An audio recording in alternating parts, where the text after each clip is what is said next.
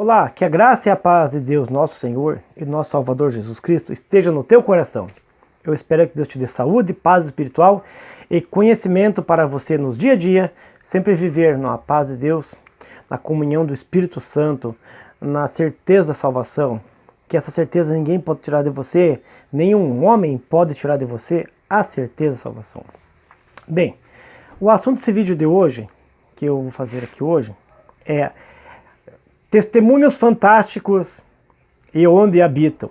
É uma brincadeira, claro, com aquela cartaz daquele filme Animais Fantásticos e o Mundo que Eles Habitam, né? Bem, o cartaz foi modificado. Bem, mas o assunto parece brincadeira, mas é sério.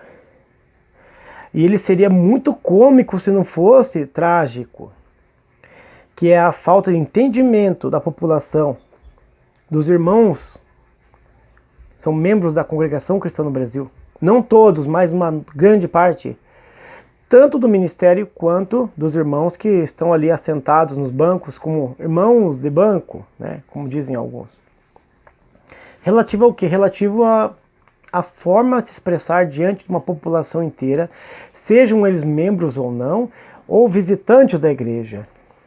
E o mau testemunho que dá para o mundo, do mundo em geral. Não estou falando do mundo perdido, mas do mundo cristão e também para o mundo que está perdido. Um mau testemunho. Como se faz isso? Passando-se por loucos, passando-se por analfabetos culturais e assim por diante. Pessoas que não têm raciocínio lógico, que não têm uma consciência plena e plana de tudo aquilo que é real, puro e verdadeiro. Tá, o que quer dizer isso? Vamos explicar. As fábulas e os mitos que se criaram nos púlpitos da CCB durante esses anos todos que eu estive lá, e também depois que eu saí de lá, alguns irmãos que conversam comigo e são reais, sinceros, que ainda estão lá, infelizmente, me passam, né? Mas a maioria que eu vou falar aqui, vou me ater dos que eu escutei e ouvi. Bem, você sabe o que é uma fábula? Muito bem. Uma fábula é uma forma de você contar uma história sem conhecê-la. Então você não conhece a história e cria uma fábula. É diferente de uma parábola. Quando o Senhor Jesus Cristo contava parábolas, ele, a verdade encarnada, o verbo vivo, ele repassava situações com situações, mas não históricas. Não história, ele passava uma parábola. Ele mesmo dizia, vou lhes propor uma parábola.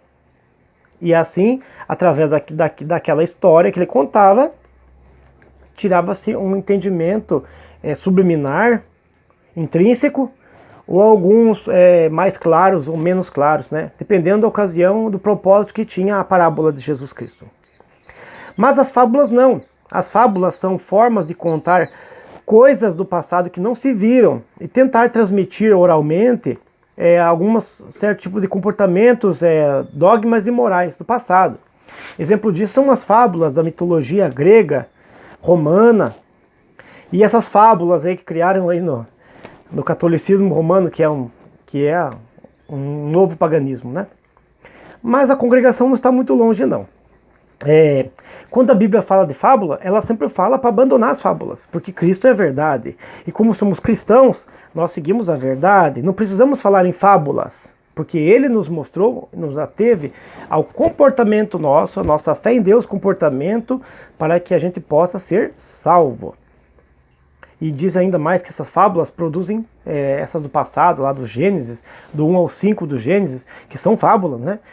Que produzem mais questões loucas e discussões, que não vão edificar em nada a salvação. Na congregação cristã, além dessas fábulas correrem lá no meio do povo, e o povo discutir bastante sobre esse assunto, sem ninguém conhecer nada, e só conhecer parcialmente pelo que lê na Bíblia, existem as fábulas dos testemunhos. Como nosso irmão aí, querido, né, nosso irmão Racier, né, que tem falado um testemunho, eu achei muito engraçado, muito inteligente da parte do irmão Racier, Dr. Racier, dizer testemunho. E foi muito bem pensado, testemunho. Porque eu mesmo presenciei testemunhos, ou seja, testemunhos de pessoas em púlpito, tanto os irmãos que são membros da CCB, Quantos irmãos membros de ministério fazerem testemunhos que não tenham pé nem cabeça, nem lógica. Não se sabemos ainda o qual motivo. Existem possibilidades desses maus testemunhos, péssimos testemunhos, não do comportamento da pessoa no dia a dia, mas lá na frente do trabalho de culto. Qual a intenção? A gente tem umas teses. A primeira tese que eu tenho é que é falta de entendimento. A segunda tese que eu tenho é problema mental. A terceira tese que eu tenho é que querem convencer as pessoas para propaganda da igreja com coisas que não existem. E o quarto que eu tenho é que são pessoas de boa fé que tiveram algum tipo de alucinação ou coisa desse tipo. Nós temos que entender que a lógica e a razão, elas andam juntos. Lógica e razão andam juntos, né? E isso é cristianismo. É cristianismo. Não é a lógica como o mundo a vê. Porque existe uma razão cristã, uma lógica cristã. Jesus Cristo é a verdade, então não posso trazer nenhuma mentira da verdade. Não precisa mentir para falar de Cristo. Se você falar de Cristo e atendo às Escrituras e ao comportamento, ao que é lógico, que é bom, justo e verdadeiro, você vai ter resultado. Mas o que eu vi nesses anos na congregação é terrível. Dá vontade de chorar, dar risada do que eu já escutei lá nesses anos todos. Eu fiquei 8 anos lá, 3 como visitante, 5 como membro. E eu presenciei várias vezes testemunhos, né, relatos lá no púlpito e no microfone do testemunho. Coisas absurdas, né? Coisas que só se vê mesmo lá no Pedro Malas Artes, nas histórias do folclore brasileiro. Ou você vê lá mesmo na Disney World, né? No mundo Disney. Porque, veja, testemunho de irmão que foi até São Paulo com menos de metade de um tanque de combustível, foi até São Paulo, viajou todo o estado de São Paulo, voltou com meio tanque de combustível, entrou em Goiás, voltou e chegou aqui no Paraná e o tanque transbordava gasolina. Testemunho de irmão que viajou em missão para outro estado, viajou 600 quilômetros, 700 quilômetros. Quando chegou em casa, a Kombi dele não tinha motor. Ele tinha uma missão para ir, tinha entregado o mecânico não estava lá, ele não quis esperar, bateu a partida e foi embora com os véus lá dentro, inário, um monte de coisa lá na Kombi, cesta básica, e foi fazer a missão. Quando voltou, a Kombi estava sem motor, chegou em casa. Ela viajou ao Brasil sem motor.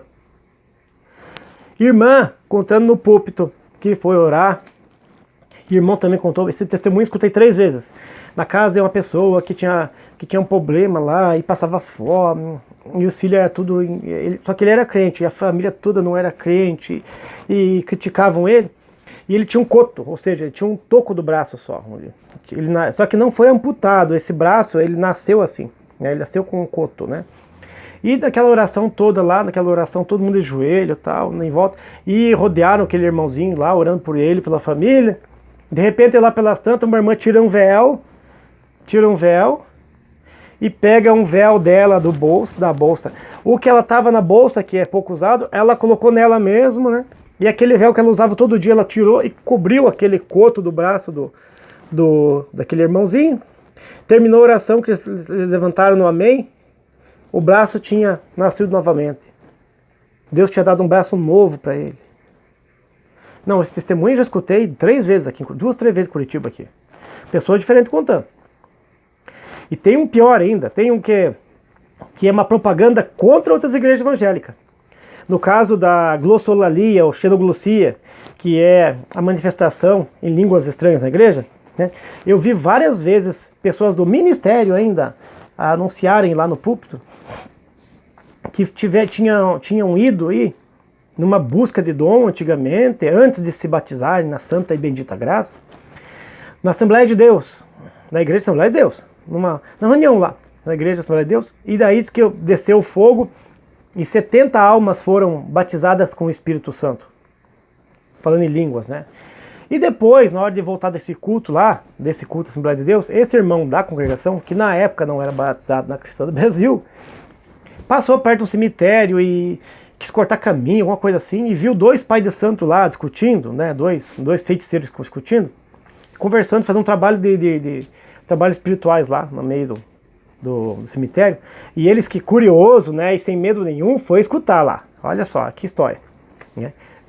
Um crente, que a gente sabe que é cagão, que é medroso, né? Que é medroso, a maioria do crente da Cristã Brasil é medroso, né?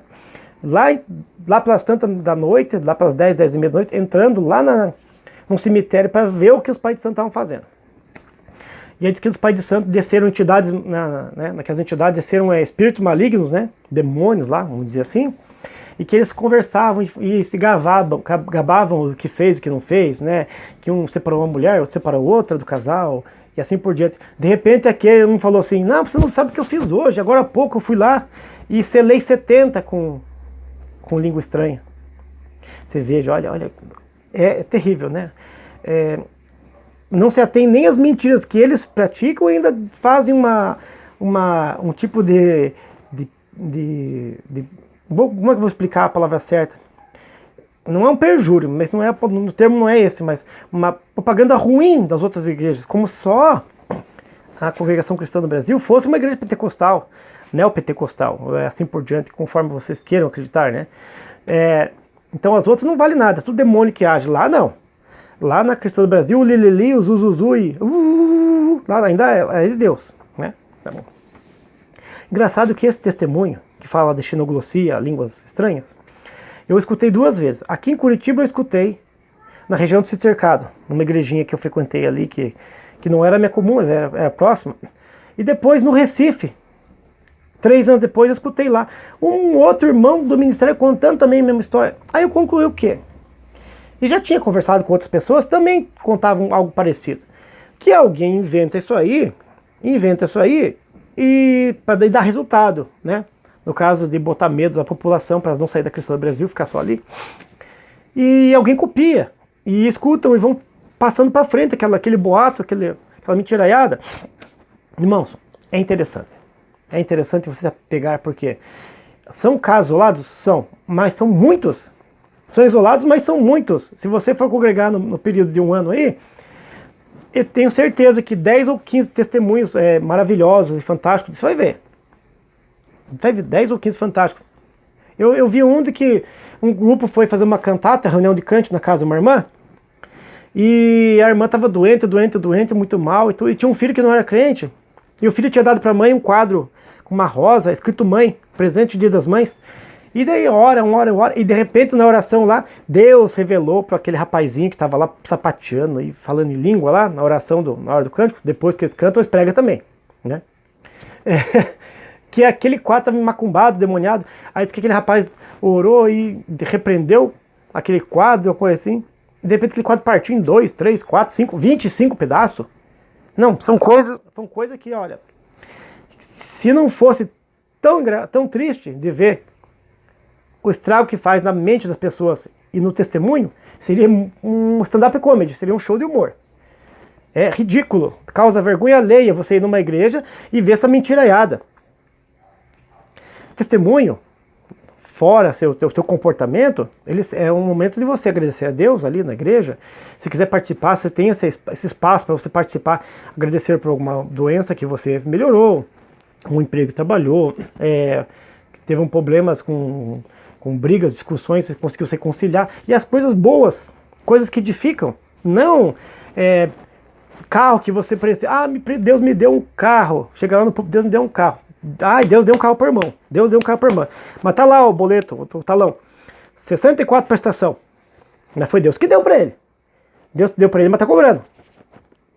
Não, são coisas absurdas, né? Bem, o que a palavra de Deus fala sobre as fábulas, né? Então, você pode pegar o Novo Testamento e se ater simplesmente ao Novo Testamento. Então nós temos lá no capítulo 1 de Timóteo duas passagens que falam sobre fábulas, né? Está em 1 Timóteo 1,4 e também está em 1 Timóteo 4,7. Já na segunda carta de Timóteo, nós temos no capítulo 4,4 também fala sobre fábulas. E depois, por último, no Novo Testamento, Tito 1,14. Então, vamos repetir. 1 Timóteo 1,4, 1 Timóteo 4,7, 2 Timóteo 4:4 e 1 Tito 1:14. São passagens que falam de fábulas profanas, né? Existe um quarto versículo aí, quinto versículo, que eu vou ler para vocês, que se encontra na carta de São Pedro. Eu já marquei aqui, ó, marquei a peninha do papagaio aqui, ó, né? Na carta de Pedro, segunda epístola universal São Apóstolo São Pedro, ou seja, segunda carta de São Pedro, né? No capítulo 1, no versículo 16, diz assim, ó: porque não vos fizemos saber a virtude e a vinda de nosso Senhor Jesus Cristo, segundo fábulas artificialmente compostas, mas nós mesmos vimos a sua majestade. Repetindo, porque não vos fizemos saber a virtude e a vinda de nosso Senhor Jesus Cristo, segundo fábulas compostas artificialmente, mas nós mesmos vimos a sua majestade. Essa é a tradução da CCB. Vamos pegar a tradução NTHL, nova tradução da língua de hoje, já está marcado aqui, ó. Versículo 16. Nós não estávamos contando coisas inventadas quando anunciamos a vocês a vinda poderosa de nosso Senhor Jesus Cristo, pois com os nossos próprios olhos nós vimos a sua grandeza. Porque nesse caso da carta, já começou a acontecer essas fábulas, essa mentiraiada, esses testemunhos aí já começaram a aparecer. E pessoas falavam que Cristo fez isso e aquilo, e apóstolos diziam que fez isso, fez aquilo, apóstolos não, alguns seguidores dos apóstolos, né? Pessoas que não tinham a dom e a virtude, anunciavam um monte de milagres que não existiam, visões e sinais no céu, aparições no céu, e então isso estava acontecendo lá. Então o apóstolo deixou claro que ele não precisa inventar fábulas, mentiras para poder convencer alguém de Cristo, que Cristo é melhor, que o caminho é bom, é reto, é verdadeiro. Ele explanou a palavra e ele passou aquilo que ele viu, aquilo que ele soube. No caso do apóstolo Pedro, ele esteve com o Senhor. Então ele teve uma união de intimidade com o Senhor. Você não vai ver na história de Pedro inventando história. Não vai ter inventando história. Não vai ter Pedro inventando que matou exército, ou que viu o Espírito, que Pedro viu sinal no céu. Não vai ter isso aí. Vai só pegar simplesmente a Escritura, aquilo que aconteceu, a realidade. Agora, esses testemunhos que nós temos visto aí, que tem a finalidade de promover a CCB e desqualificar as outras denominações, é triste. É triste. São coisas que dá vontade de ir embora. Você vai numa igreja dessa e começa a escutar esses testemunhos, você dá vontade de ir embora. Então, se você já viu esse tipo de comportamento alienado de alguns membros da CCB, tanto do ministério quanto do povo, né, e você não tem muito o que fazer na tua casa, eu te recomendo, vá fazer alguma coisa útil. Não vá lá ficar escutando esse tipo de coisa, né? Você comenta comigo aqui no canal, comenta, né, o vídeo, né, deixa a sua opinião, né, e assim eu acredito que nós, retirando essas aparas de coisas ruins, a gente vai construindo um caminho melhor, né, tanto nessa vida presente como na futura. Nós temos que ter comunhão com os outros, né, e lembrar que, mais uma coisa, está escrito lá em Apocalipse 22:15, que os mentirosos não vão herdar o reino do céu. Aí eu fico preocupado, sabe? Porque não é só o mentiroso que não vai para o céu. Lá em 22:15, Apocalipse fala assim, os mentirosos e os que amam e praticam a mentira. Aqueles que adoram chegar lá e falar. Que encostou o instrumento musical na irmã, libertou. Que véu fez aparecer braço. Que orou pelos animais da família do irmão lá que deu peste e matou. Os animais tudo ressuscitou. Testemunho aí de que o irmão era crente, outro não era. E havia uma cerca e deu uma chuva forte, a chuva caiu só no terreno do irmão, na cerca para cá do irmão, tudo no quadradinho do terreno do irmão, pegou, e todos os vizinhos em volta que não era crente, não choveu, e secou a lavoura das pessoas. Acho que você eu espero que você tenha entendido o propósito desse vídeo, que não é desmerecer a entidade em si, mas o mal que a entidade em si faz, ao promover esse tipo de comportamento, e não consertar, não se tomar posição. Não sei porquê. Eu tenho minhas teorias aí, que por que o Ministério não se posiciona a esse tipo de comportamento dos próprios membros, né? Talvez seja porque eles tenham medo que o povo também se volte contra eles e desmascare algumas coisas que eles falam em púlpito também. E dizem também que há más línguas por aí, boas línguas, que o Ministério não se pronuncia justamente quando acontece esse tipo de manifestação em microfone, que é para não magoar a pessoa e não causar dissensão e escândalo. Bem, eu espero que você tenha entendido o motivo desse vídeo. Que Deus abençoe você e a tua vida. E aguardo que você se inscreva no canal, comente bastante, né? E se vemos no próximo vídeo, no nome do Senhor Jesus.